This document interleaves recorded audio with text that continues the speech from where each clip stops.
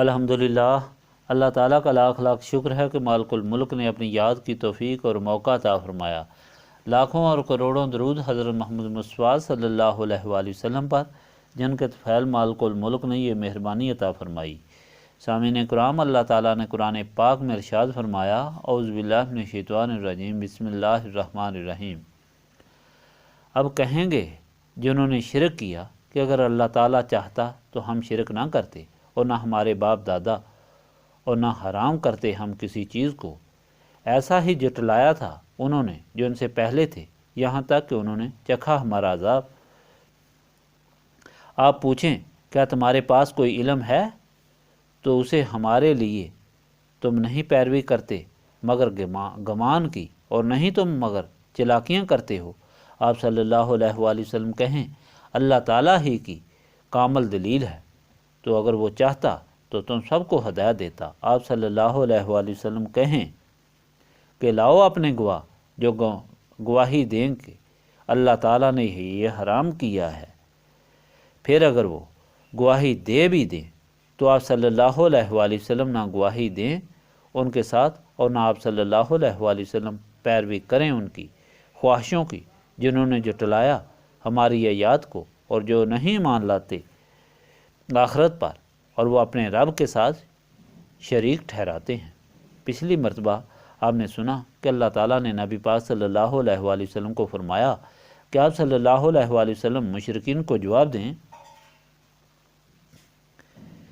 کہ میں کھانے والی ساری چیزوں میں کسی کو حرام نہیں پاتا اللہ تعالیٰ کے حکم میں، ہاں جو حرام ہیں ان کا تم کو بتا دیا ہے، یعنی مردار اور خواہ کسی طرح بھی ہو، اور بہتا خون خواہ کسی کا بھی ہو، اور خنزیر کا گوشت جو عقلاً ناپاک ہے، یا پھر وہ گمراہی والی چیز جو اللہ تعالیٰ کے نام کے بغیر کسی دوسرے کا نام لے کر ذبح کی گئی ہو۔ اور ہاں اگر کوئی لاچار ہو جائے، بھوکا ہو، موت کے قریب ہو جائے تو اتنا کھانا جائز ہے کہ اس کی زندگی بچ جائے، صرف بہانہ بنا کر اپنی خواہشات پوری کرنے والا نہ ہو۔ اللہ تعالیٰ نے فرمایا کہ یہودیوں پر جو گائے اور بکری کی چربی حرام کی گئی تھی، وہ اس لیے نہیں کی کہ حرام تھی، بلکہ اس لیے کہ وہ باغی تھے، سرکش تھے، اور تو ان کو سزا دی گئی کہ وہ چربی نہیں کھا سکتے سوائے اس چربی کے جو پیٹھ پر ہو یا آنتوں پر ہو یا ہڈی کے ساتھ چمٹی ہوئی ہو۔ اللہ تعالیٰ فرماتا ہے یہ ہدایت آپ صلی اللہ علیہ وآلہ وسلم ان کو دیں، اور اگر یہ آپ صلی اللہ علیہ وآلہ وسلم کی بات نہ مانیں اور جٹلائیں تو آپ صلی اللہ علیہ وآلہ وسلم بتا دیں کہ اللہ تعالیٰ بڑی رحمت والا، قدرت والا ہے، ابھی تک تو اس کی رحمت سے بچے ہوئے ہو لیکن اس کے قبضہ قدرت سے نہیں نکل سکتے۔ جب اس کا غضب آئے گا تو کوئی نہیں تم کو بچا سکے گا۔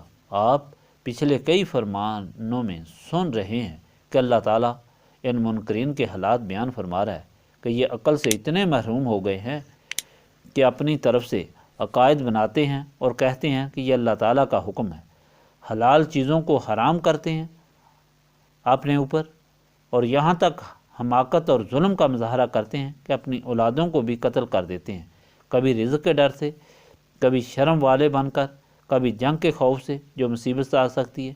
اس سے بڑی مصیبت خود اپنے اوپر لاتے ہیں، اللہ تعالیٰ کی دی ہوئی چیزوں کو بتوں کے لیے مختص کرتے ہیں، اللہ تعالیٰ کو بھول کر جو مالک خالق اور رب ہے، مٹی کے بتوں کو اپنے ہاتھوں سے بنا کر ان کے سامنے سجدہ کرتے ہیں اور انہیں اللہ تعالیٰ سے وابستہ کرتے ہیں۔ یہ سب حرکات اور عقائد انتہائی گمراہی اور ظلم کا مظاہرہ ہے، اور یہ سب کچھ صرف اس لیے کہ وہ نسبت رسولی صلی اللہ علیہ وآلہ وسلم سے محروم تھے۔ نسبت رسولی صلی اللہ علیہ وآلہ وسلم سے محرومی کی وجہ سے انسان کے دل و دماغ ظلمت میں ڈوب جاتے ہیں اور شیطان کے چنگل میں اس طرح پھنستے ہیں کہ نکلنے کا راستہ سجائی ہی نہیں دیتا۔ لیکن جن لوگوں نے انہی میں سے نسبت رسولی صلی اللہ علیہ وآلہ وسلم اختیار کی، ان کے دل و دماغ اس نور سے روشن ہو گئے جو حضور پاک صلی اللہ علیہ وآلہ وسلم لے کر آئے۔ نفوس کو پاک کرنے کے لیے ایسے لوگوں نے اپنے ہاتھوں سے بتوں کو توڑا اور اپنا عقیدہ اللہ تعالیٰ سے جوڑا۔ گویا راہ راست پر آنے کے لیے، صراط مستقیم پر چلنے کے لیے صرف اور صرف نسبت رسولی صلی اللہ علیہ وآلہ وسلم ذریعہ ہے۔ آج کا فرمان بھی انہی لوگوں کے متعلق ہے، اور ان لوگوں کو جب یہ کھلی ہدایت دی گئی کہ سب تمہارے عقائد غلط ہیں اور اللہ تعالیٰ سے دوری کی وجہ سے ہیں اور یہ تمہاری تباہی کا سبب بنیں گے، تو یہ لوگ جو مشرک تھے یہ جواب دینے لگے کہ آپ صلی اللہ علیہ وآلہ وسلم ہم کو گمراہ کہتے ہیں کہ ہم شرک کیوں کرتے ہیں، ہم نے حلال چیزیں کیوں حرام کر لی ہیں؟ تو آپ صلی اللہ علیہ وآلہ وسلم اللہ تعالیٰ کی قدرت کے قائل ہیں، تو پھر اللہ تعالیٰ نے ہمیں اور ہمارے باپ دادا کو کیوں شرک سے نہیں روکا اور حلال کو حرام کرنے سے نہ روکا؟ اگر اللہ تعالیٰ چاہتا تو نہ ہم شرک کرتے اور نہ ہمارے باپ دادا۔ ہم ابراہیم کی اولاد ہیں اور کعبہ کے پڑوسی اور مکہ کے مکی ہیں۔ اگر ہم غلط ہوتے تو اللہ تعالیٰ اپنے گھر کو پاک کرتا اور ہم کو ہمارے باپ دادا کو فوراً غلط عقائد سے باز کر دیتا۔ اس لیے یہ غلط ہے کہ ہم صحیح راستے پر نہیں، ہمارے عقائد اللہ تعالیٰ کو پسند ہیں، اس لیے ہمیں مہلت دی ہے۔ ان کے جواب میں حکم ہوا کہ تمہارے پاس اس بات کا کوئی ثبوت ہے کہ تم یہ بتا رہے ہو؟ ابراہیم نے تو اللہ تعالیٰ کا حکم پہنچایا اور سارے نبیوں نے اللہ تعالیٰ کے احکام پہنچائے۔ کعبہ تو اللہ تعالیٰ کی توحید کے بیان کرنے کا ذریعہ ہے۔ ابراہیم نے تو بتوں کو اپنے ہاتھ سے توڑا، ٹانگوں سے باندھ کر گھسیٹا اور اس پاداش میں آپ کو آگ میں پھینکا گیا۔ اللہ تعالیٰ نے وہ آگ آپ کے لیے گلزار بنا دی اور آپ کے دشمنوں کو نیست و نابود کیا۔ آپ کے سب سے بڑے دشمن کو پسو مچھر جیسی حقیر چیز سے نیست و نابود کیا۔ تم نے یہ کام انہی لوگوں کی طرح شروع کیے، تمہارا انجام بھی ذلت اور تباہی ہوگا۔ اور اللہ تعالیٰ نے اپنے محبوب اور حضور پاک صلی اللہ علیہ وآلہ وسلم کے غلاموں کو نصیحت کی کہ ان کی احمقانہ باتوں کی طرف توجہ نہ دیں، ان باتوں کو مانیں، ان کا انجام خراب ہوگا۔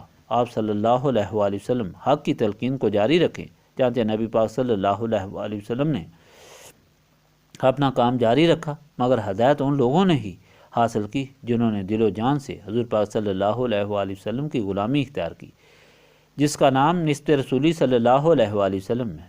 ایسے لوگوں کے دل و دماغ روشن ہو گئے، انہیں برائی اور اچھائی میں تمیز حاصل ہو گئی، برائی سے نفرت اور اچھائی سے محبت ہو گئی، اور صراط مستقیم پر چلنے کی محبت حاصل ہو گئی۔ ان لوگوں نے جان و مال اور اولاد سب کچھ حضور پاک صلی اللہ علیہ وآلہ وسلم پر قربان کیے، اور حضور پاک صلی اللہ علیہ وآلہ وسلم کے فرمان کو سمجھا اور اس پر چل کر دونوں جہانوں میں سرخرو ہوئے۔ جن لوگوں نے نسبت رسولی صلی اللہ علیہ وآلہ وسلم حاصل نہ کی، وہ یا تو منکر ہو کر نیست و نابود ہوئے اور یا ظاہراً ایمان لائے مگر دین کو دنیا پر قربان کر کے اپنی عاقبت خراب کی۔ تینوں طبقوں کا انجام سامنے ہے۔ سامعین کرام، یہ ثابت ہے کہ نسبت رسولی صلی اللہ علیہ وآلہ وسلم ہی وہ چیز ہے جو اثار قربانی اخلاص کی نعمتوں سے نوازتی ہے۔ نسبت رسولی صلی اللہ علیہ وآلہ وسلم نہ ہو تو انسان کے سامنے سب نفسانی خواہشات ہوتی ہیں۔ کربلا کا واقعہ دیکھو کہ کس طرح مسلمان ہوتے ہوئے بھی رسول اللہ صلی اللہ علیہ وآلہ وسلم کی محبت ناپید تھی۔ مسلمان ہوتے ہوئے بھی اللہ تعالیٰ کے رسول صلی اللہ علیہ وآلہ وسلم کے جگر کے ٹکڑوں کے ساتھ اپنی نفسانی خواہشات کی وجہ سے ایسا سلوک کیا۔ دونوں مسلمانوں میں کتنا فرق ہے، نام دونوں کا مسلمان ہے۔ ایک ہر چیز کو ساری دنیا کو دین پر قربان کرتے ہیں اور دوسرے نے دولت، عزت اور اپنی محبتوں پر دین کو قربان کر دیا۔ گویا نسبت رسولی صلی اللہ علیہ وآلہ وسلم صحیح مسلمان بناتی ہے۔ اللہ تعالیٰ کا بندہ رسول صلی اللہ علیہ وآلہ وسلم کا غلام، اس لیے اس کو حاصل کرنا ضروری ہے۔ اللہم صلی علی سیدنا محمد وعلی آلہ وصحابہ صلاۃ تکون لنا امان من کل خوف، لا الہ الا انت سبحانک انی کنت من الظالمین، استغفر اللہ العظیم الذی لا الہ الا هو الحی القیوم واتوب الیہ، استغفر اللہ العظیم الذی لا الہ الا هو الحی القیوم واتوب الیہ، استغفر اللہ العظیم الذی لا الہ الا هو الحی القیوم واتوب الیہ۔ ربنا تقبل منا انک انت السمیع العلیم وتب علینا انک انت التواب الرحیم۔